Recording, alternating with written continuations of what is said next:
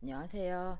저번 시간에 이어서 저번 시간에는 제가 뉴질랜드에 살면서 좋은 점 11가지를 이제 얘기를 드렸으면은 이번에는 뉴질랜드 살면서 나쁜 점에 대해서 좀 얘기를 하려고 해요. 자, 이거는요, 참고로 마이크예요. 왜냐면 지금 핸드폰이랑 저랑 약간 거리가 있기 때문에 이제 마이크를 좀 잘 쓰도록 할게요. 이게 얼마나 잘 되는지는 모르겠지만. 자, 일단은 뉴질랜드에서 살면서 나쁜 점 첫 번째는 일단 도시에 살면은 덜 하겠지만 일단 모든 게 좀 많이 불편하긴 해요. 물론 오클랜드나 크라이스처치의 대도시에 사시는 분들은 얼마나 불편함을 느끼시는지 아니면 한국에 살 때랑 뭐 불편함이 없다 하시는 분들도 계시겠는데 저는 일단은 그 뉴질랜드 중에서도 웨스트 코스트라고 이제 서해안에서 살고 있는데요.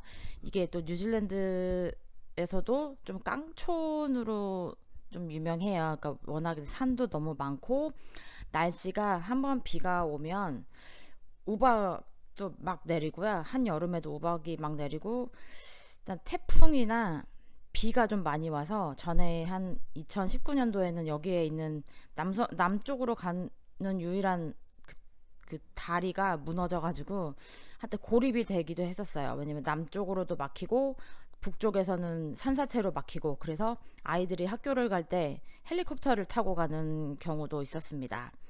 그래서 일단은 이런 좀 너무 야생적인 날씨 덕분에 21세기에도 정전이 좀 많이 발생하는 경우가 있고요. 인터넷은 뭐 툭하면 나가기도 하고요. 좀 그런 점이 불편합니다.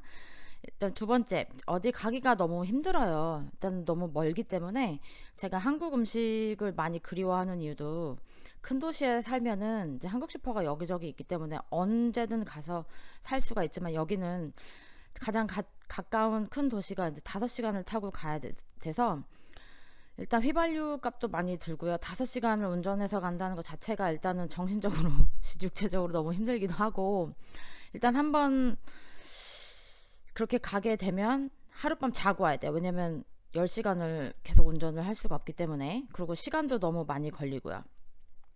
그리고 일단은 집에 저 야로가 일하고 있는 밑에 집에 있는 그 슈퍼는 일단 원체 오래 걸리기 때문에 뭐 물건을 받기도 그래서 이제 배송료가 너무 많이 붙어서 가격이 상당히 많이 비쌉니다. 그러니까 다른 대형 슈퍼에 가면 2불 할 것을 밑에 내려가면 2불, 50불, 3불 이렇게 많이 비싸거든요. 그러니까 이해가 가면서도 좀 큰 돈 주고 사기에는 좀 아까운. 그래서 가끔 한 2달에 한 번 정도는 이제 큰 대형 슈퍼마켓을 가서 이제 대형으로 사고 오기도 하고요. 특히 여기는 이제 배송이 오래 걸리다 보니까 그 신선식품이 많이 신선하지 않은 경우가 많아요. 특히 야채나 과일이 질이 상당히 많이 떨어집니다.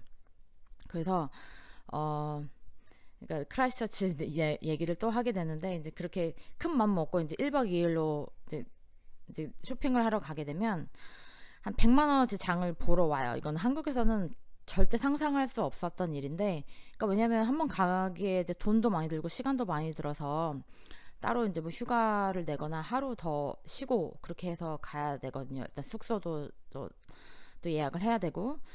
그래서 저희 집에는 이럴 경우에 대비해서 냉동고가 하나 또 있습니다. 이거를 또 샀죠. 그래서 거기에다 쟁여 놓기도 하죠. 세 번째, 한국 음식이 늘 그리워요. 이것도 관련된 거긴 한데, 일단은 한국 슈퍼 없고요. 밑에 있는 슈퍼에서 살 수 있는 거는 신라면, 너구리, 뭐 김치라면 이런 거는 살 수 있어요. 그러니까 이런 시골에서도 한국 라면은 어디에든 있다는 거. 그렇지만 이제 뭐 대부분 뭐 90% 이상은 90%도 아니다. 95% 이상은 이제 큰 도시를 가서 이제 한국 슈퍼에 가서 이제 사야 되는데 그 당연히 한국 식당도 없죠. 근데 여기에 이제 그 아시안 퓨전 식당이 있긴 해요. 근데 거기에 이제 먹어보진 못했는데 거기 한국식 바비큐가 있다고 해요. 근데 내가 알기로는 뭐 불고기 같은 거 같은데 맛이 상당히 많이 다르다고 들었어요. 그 김치도 이 김치가 반찬으로 나오는 게 아니라 뭐 디저트 형식으로 나온다나. 그러니까 좀 말도 안 되는. 그러니까 우리나라 사람이 보면 말도 안 되는 뭐 그런 게 있는데 뭐 그냥 차라리 제가 해먹고 말죠. 처음 왔을 때는 뉴질랜드 처음 왔을 때는 밥할 줄을 몰라서 2주 동안 시리얼만 먹고 살다가 2주 후에는 되게 좀 처음 왔을 때는 되게 타이트한 청치마였는데 주먹이 2개가 들어갈 정도로 살이 많이 빠졌었어요.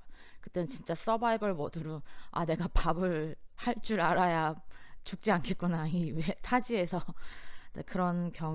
그럴 때가 이제 생각이 좀 나네요. 근데 이제는 하도 이제 시골에 오래 살다 보니까 이제 한식은 당연히 할 줄 알고요. 대부분 할 줄 알고 뭐 중식이나 뭐 양식 이제 베이킹도 할 줄 아니까요. 이제 배고픈 자가 뭐 음식을 해야 되겠죠. 뭐 목마른 자가 우물을 파듯이. 그리고 네 번째, 여기는 그 파리바게트 같은 빵집이 없어요. 그러니까 이제 이건 문화 차이라고도 할 수 있는데 우리나라 식당이 아니라 이제 빵집에 가면 파리바게트 이런 데 가면은 되게 맛있는 빵 많잖아요. 단 것도 많고 소세지 들어간 것도 많고 뭐 피자빵 뭐 도넛 뭐 이런 거 되게 많은데 여기도 도넛을 팔기는 팔아요. 근데 대부분 여기 베이커리를 가면 여기 사람들이 그 고기 들어간 파이들을 많이 좋아해서 대부분 파이를 많이 팔고요. 기껏 해봐야 치즈가 올라간 빵? 그 정도가 전부라서 그 제가 먹고 싶은 빵은 여기서 만들지 않으면 절대 먹을 수가 없습니다. 특히 뭐 소보로 빵이라든지 뭐 그러니까 그런 거 있잖아요. 뭐 속에 뭐 달짝지근한 거 많이 들어간 거. 그래서 그런 걸 만드느라고 베이킹 실력이 확실히 늘었다는 거를 좀 예, 그거는 좀 좋은 점 같네요. 다섯 번째, 일단은 뭐 제가 다 커서 뉴질랜드에 왔었고 이제 어학연수를 27살 때 왔기 때문에 그 어려서부터 외국어를 배우지 않는 한은 그 외국인으로서는 언어 장벽이 늘 있다고 생각을 해요. 진짜 막 정말 언어를 배우는데 막 특출나게 능력이 있어서 정말 유창하게 하는 분이 아니시면 여기서 되게 오래 살아도 그 언어 장벽 때문에 고생하는 사람이 되게 많은 걸로 알고 있어요. 특히 뭐 전문적인 단어는 더 많이 어렵죠. 그래서 늘 사회생활을 여기서 이제 일을 하니까 사회생활을 하면서도 늘 새로운 단어가 있고 새로운 표현이 있고 근데 이게 또 공부를 해야 한다는 거는 알지만 이제 먹고 살기가 이제 빠듯하잖아요. 일단 일을 하고 오면 피곤하기도 하고 그리고 또 평소에 하고 싶었던 일도 하고 싶고 그래서 이제 영어 공부를 계속 할 수는 없어요. 한국에 있을 때처럼. 그렇기 때문에 좀 언어 장벽이 계속 있습니다. 물론 핑계일 수도 있어요. 여기 오래 살면서 영어 공부를 꾸준히 하시는 분도 되게 많을 거라고 생각을 해요. 근데 저는 그렇게까지 짬이 나지 않아서 영어 공부를 그렇게 많이 뭐 거의 안 하고 있다고 보시면 돼요. 그래서 저 한국에 있었을 때는 오히려 영어 공부가 더 재밌었던 것 같아요. 왜냐면 계속 배우는 지금도 공부를 하면은 뭐 그런 배우는 즐거움이 있을 텐데 그때는 하나하나 배우는 게 너무너무 재미가 있었고 그냥 그런데 지금은 이제 한국 사람이 저 혼자이다 보니까 한국어를 하려면 한국에 전화를 해야 돼요. 왜냐면 한국어로 말할 사람이 없기 때문에 그래서 지금은 한국어가 되게 그립네요. 여섯 번째 이건 되게 좀 예민한 문제일 수도 있는데 인종차별이 있어요. 그러니까 이게 뉴질랜드가 다른 나라에 비해서는 상당히 인종차별이 없다고 이제 알려져 있는데 일단은 여기도 서양 사람들이 그러니까 우리가 흔히 말하는 하얀 피부에 파란 눈을 가진 이제 서양 사람들이 사는 나라이기 때문에 이 사람들한테 모든 동양인은 다 중국인으로 인식이 되는 것 같아요. 아는 사람도 있지만. 그러니까 제가 어렸을 때, 그러니까 7살인가 6살 때 이제 그 용인에 살 때, 그때는 유치원생이었는데 그때 아마 미군이 왔다 갔다 하는 거로 봐서는 거기 미군 부대가 있었던 것 같아요. 근데 거기에 있는 사람들은 거의 다 미국인이라고 알고 있어서 그 이후에도 초등학교를 들어가고 나서도 금발의 백인 하얀 피부를 가진 사람은 다 미국인인 줄 알았어요. 그런 것처럼 교육이 잘 충분히 되어지지 않았기 때문이라고 생각을 해요. 그게 맞는 것 같기도 하고.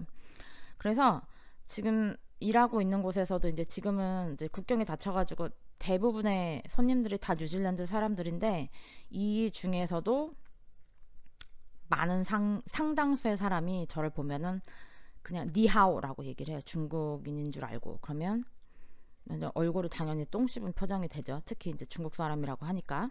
그럼 당연히 내 입에서는 좋은 말이 나올 수가 없겠죠. 그래요.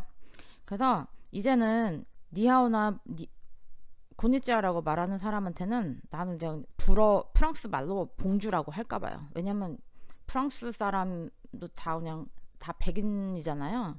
그러니까 나도 걔네한테 어느 나라 사람인지 물어보지 않고 내가 알아서 판단해서 넌 프랑스인이구나 하고서는 프랑스어로 인사를 한번 해볼까 생각 중이에요. 그래서 피부색만 보고 판단을 하기 전에 제발 어느 나라 사람이냐고 좀 물어봐 줬으면 좋겠어요. 왜냐면 좀 좀 배우신 분들은 아무리 나이가 있으셔도 이제 뭐 교직에 있었거나 좀 배우신 분들은 동양인이라고 해서 다 중국 사람이 아니라는 걸 알아요. 그래서 그 사람들은 먼저 판단을 하기 전에 물어봐요. 어느 사람이니. 그래서 또 한국 사람이다 그러면 여기서 특히 또 못 배운 사람들은 뉴스에서 하도 김정은이랑 북한에 대한 얘기가 많이 나와서 바로 북한 사람이냐고 물어봐요. 그러면 난 북한 사람이었으면 나는 뉴질랜드에 평생 못 왔을 것이다. 공산주의이기 때문에 이렇게 얘기하면 그러냐고. 근데 그런 사람이 되게 많아. 그러니까 좀 몰라서 그런 걸 수도 있는데 일단은 피부색만 보고서는 판단하는 거는 진짜 이거는 정말 나쁜 거라고 생각해요. 특히 제가 같이 일하는 매니저는 그때 이제 한때 그러니까 동양인 인구가 되게 많아요, 뉴질랜드는. 그러니까 휴가철에 되게 여러 이제 한 가족 그룹이 왔었는데 다들 이제 차에서 아우디 차가 좀 유럽 차기도 하고 그래서 여기도도 되게 고가의 차로 인식이 되는데 거기서 가족들이 내리는 걸 보고선 쟤네 다 동양인인데 아우디에서 내렸어 하면서 되게 비꼬듯이 얘기를 하더라고. 근데 나도 동양인이잖아. 왜 내 앞에서 그런 얘기를 하냐고. 그래서 그때는 그냥 넘어갔는데 한 번만 더 하면 너 이거 인종차별이다. 그러지 않았으면 좋겠다고 경고를 좀 할 생각입니다. 그리고 이게 좀 말이 좀 길어졌는데 일단은 같이 일했던 친구 중에 그러니까 엄마 아빠는 필리핀 사람이에요. 근데 이 친구는 영국에서 태어나고 영국에서 자랐고 공부도 학교도 다 영국에서 다 끝마치고 이제 뉴질랜드로 온 케이스인데 얘는 100% 영국인이에요. 그냥 말만 해도 그냥 영국 액센트가 완전 100%고 얘는 진짜 뭐 그러니까 신체적으로만 그러니까 생김새로만 필리피노인 거지 뭐 정신적으로 뭐 모든 게 다 영국 사람인데 이제 간혹 좀 나이 있는 사람이 얘한테 물어봐요. 너 어느 나라에서 왔냐고. 그럼 얘가 영국에서 왔다. 그리고 얘 또 런던에 살아. 너 런던어야. 근데 그런 애한테 자꾸 어디서 왔냐고 물어봐요. 그럼 영국에서 왔다고 말하면 너 그 어디서 왔냐고. 그러니까 이게 Where are you from은 그냥 어디서 왔냐라고 물어보는 건데 Where are you originally from 하면 이게 원래 나라가 어디니? 라고 물어봐요. 근데 딱 봐도 듣기만 해도 영국 사람이고 영어 당연히 영국 사람이니까 영어를 잘 하겠지. 근데 그런데도 이제 외국 그 백인 아저씨는 얼굴이 이제 갈색이니까 그걸 굳이 묻더라고요.